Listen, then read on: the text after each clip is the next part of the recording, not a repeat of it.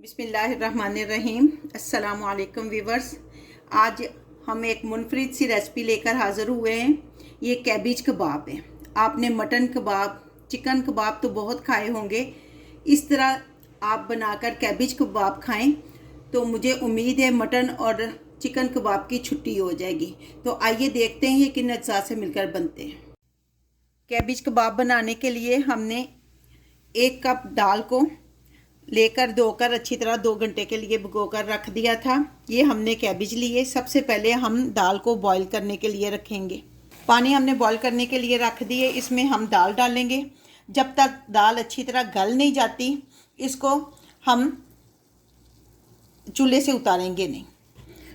अब कैबिज को हम स्लाइस के में बारीक बारीक काट लेंगे। कैबिज को हम एक बॉल में डालेंगे।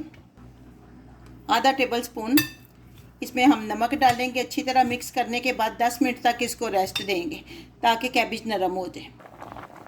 ये देखें दाल हमारी पक रही है। ये देखें दाल को अच्छी तरह हमने गला लिया है। इसमें हमने स्पाइसेस कुछ भी ऐड नहीं किया था। कैबिज हमारी नरम हो गई है। अब इसको अच्छी तरह इसका पानी हम निचोड़ लेंगे। हमने पानी इसका निचोड़ लिया। हाफ़ टेबल स्पून हम नमक डालेंगे।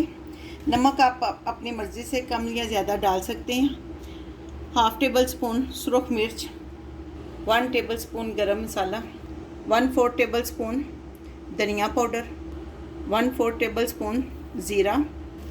जो दाल हमने बॉईल की हुई थी वो इसमें ऐड करेंगे। एक बड़ी प्याज लेकर इसको हमने बारीक काट लिए। सब्ज़ धनिया हम डालेंगे। सारी चीज़ों को अच्छी तरह मिक्स करेंगे। ये लें जी, बैटर बनकर हमारा तैयार है कबाब का।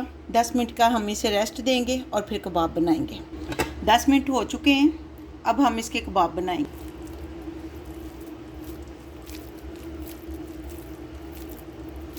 आप कोई भी शेप देना चाहें इसको दे सकती हैं। ये ब्रेड क्रम्स हैं। इसके दोनों साइडों पे इसको लगा लेंगे अच्छी तरह। ये लें जी, कबाब हमारे बन गए।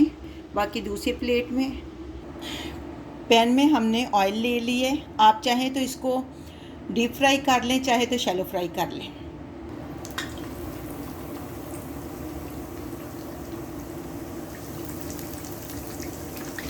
अब हम इसकी साइड चेंज कर लेंगे।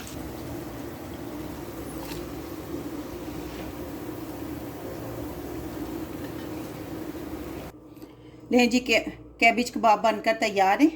आप भी बनाएं और चाय के साथ नोशे जान फरमाएं।